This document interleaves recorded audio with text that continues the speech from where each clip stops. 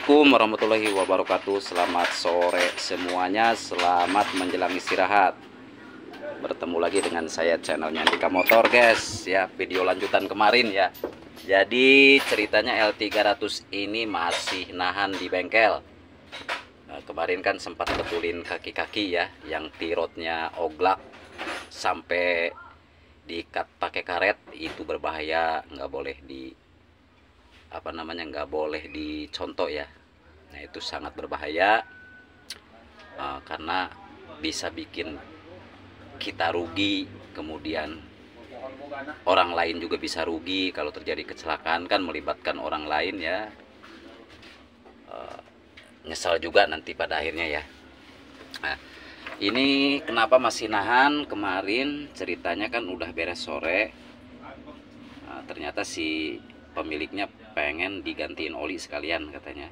Setelah kita buka di bagian jok, ternyata banyak sekali kebocoran oli ya, khususnya di cover ini nih, cover klepnya ya.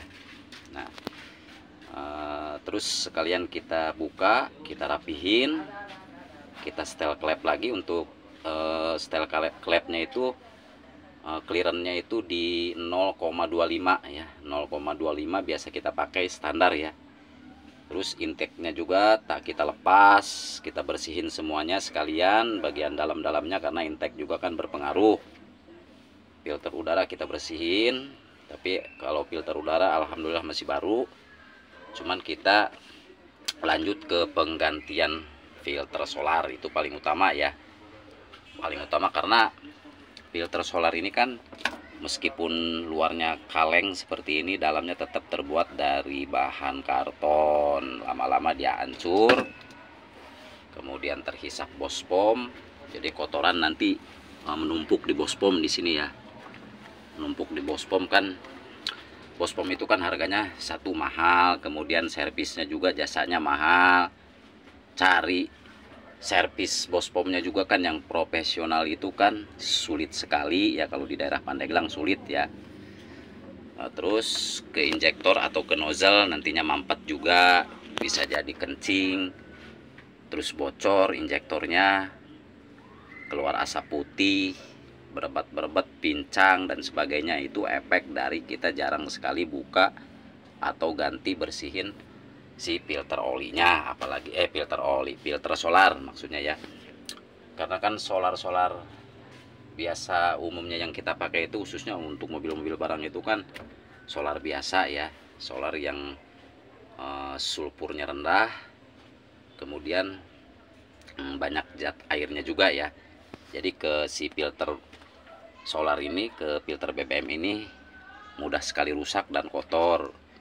Nah, untuk filter solar ini biasanya kalau untuk aturannya sih sekitar 10.000 ya, 10.000 kilometer. Ada juga yang setahun ya. Kalau kita nggak merekomendasikan ya, nggak merekomendasikan karena itu gimana, tergantung kita cara isi BBM-nya itu atau konsumsi BBM-nya ya. Kalau konsumsi BBM solarnya solar baik, bagus ya, bisa juga awet ya sampai 1 tahun. Tapi kalau untuk solar yang biasa, kemudian busuk dan sebagainya, kadar airnya juga tinggi, nah kita tidak merekomendasikan ya. Paling kita merekomendasikan sekitar 5 bulan ya. 5 bulan ini perlu, wajib, apalagi untuk mobil-mobil diesel common rail itu kan. Nah, itu sering sekali terjadi kerusakan ya, sering terjadi kerusakan, baik injektornya rusak, mampet. Nah, itu perlu sekali kita perhatikan ya. Karena untuk diesel common rail itu kan perbaikannya lebih mahal lagi, injektornya harus dikoding, kemudian cara kalibrasinya juga berbeda, alatnya beda. Nah, untuk diesel yang konvensional seperti ini kan untuk kalibrasinya cukup kita kompa-kompa, kemudian kita ikut standarisasi tekanannya berapa bar, beres. Kita ganjal-ganjal juga beres kan. Kalau untuk mobil common rail sulit guys ya, sulit. Lebih mahal ya kalau misalkan udah rusak injektornya, lebih mahal seperti di Pajero, kemudian di Fortuner. Itu harus hati-hati, harus sering rajin ganti filter solar. Tapi kalau untuk di diesel common rail biasanya diikuti dengan cek engine menyala ya. Jadi ada warning. Biasanya mobil susah hidup, bahkan lebih parahnya lagi nggak bisa hidup sama sekali gitu guys ya. Terus apalagi yang harus kita perhatikan di mobil diesel, tentunya si filter udara ya. Filter udara itu 1 tahun ya, 1 tahun. Tapi kita juga tidak merekomendasikan, itu tergantung lokasi dan wilayah. Apabila lokasinya banyak debu ya sering dibersihkan atau sering diganti ya, itu gimana situasi tempat kita ya. Nah, kemudian oli ya, oli harus pakai yang jadi nggak usah yang bagus-bagus ya, yang penting standar aja ya, standar. Nah, kita selalu menggunakan yang ini guys nih. Nah, ini kita sering lakukan, sering kita pakai meskipun murah. Kalau untuk mobil-mobil yang aktif, misalkan tiap hari di aktivitas, kita merekomendasikannya 2 minggu sekali untuk ganti oli ya. Insya Allah awet. Untuk mobil diesel awet ya, karena kita pernah melakukannya juga guys ya. Dan sampai sekarang mobil yang kita rawat udah 8 tahun dari baru kita menggunakan oli yang merah ini nih. Alhamdulillah asal rajin. 2 minggu sekali, paling telat 3 minggu kita ganti. Kemudian dua kali ganti oli, 1 filter oli. Nah, itu filter oli juga nggak usah yang mahal-mahal, yang penting kita sering ganti gitu. Insya Allah ya, insya Allah aman.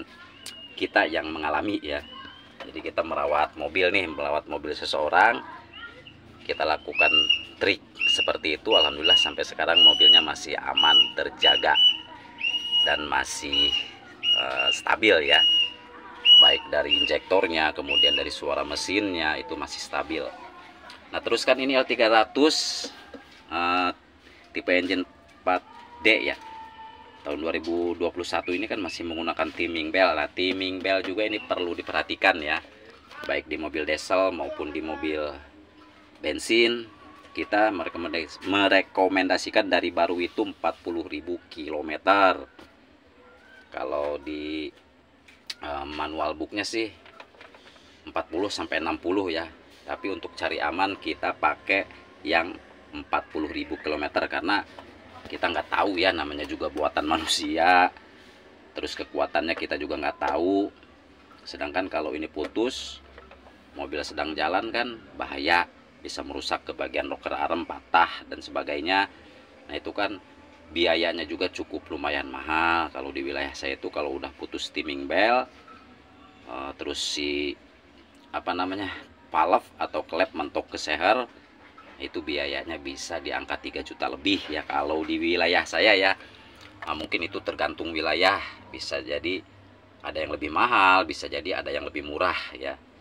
Itu jadi poin-poin penting itu yang harus dilakukan pengecekan di mobil diesel itu, terutama di filter udara, filter BBM-nya, filter solarnya, kemudian filter olinya, dan konsumsi oli yang baik agar si mesinnya itu nggak mudah ngobos ya. Meskipun kita menggunakan oli yang biasa tapi rajin gitu guys ya, baik itu mobil konvensional maupun mobil yang sudah common rail. Nah, itu bisa kita lakukan ya, bisa kita lakukan seperti kita merawat mobil konvensional juga. Jadi gimana ya, ya pokoknya perawatannya sama ya, hampir sama perawatannya guys gitu ya, gitu guys. Jadi intinya mau bensin mau solar, mobil itu harus dirawat.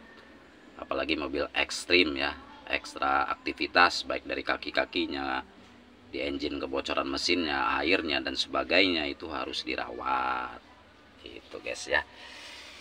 Terus sering-sering ganti sering-sering dibersihin intake-nya. Kemudian kalau mobil turbo itu turbonya dicek. Misalkan terjadi kebocoran di turbo, kan itu bisa menyebabkan run away ya, run away, sehingga bisa merusak mesin gitu guys. Oke guys ya, itu hal-hal yang singkat sekali, itu yang sangat penting ya, sangat penting. Jadi nggak begitu merinci guys ya, tapi itu hal-hal yang pertama kali harus kita perhatikan ya. cara kita merawat mobil diesel. Semoga bermanfaat. Saya Andika Motor pamit undur diri. Apabila ada kata salah mohon dimaafkan. Saya masih pemula, kita belajar bareng-bareng. Semoga ada manfaatnya.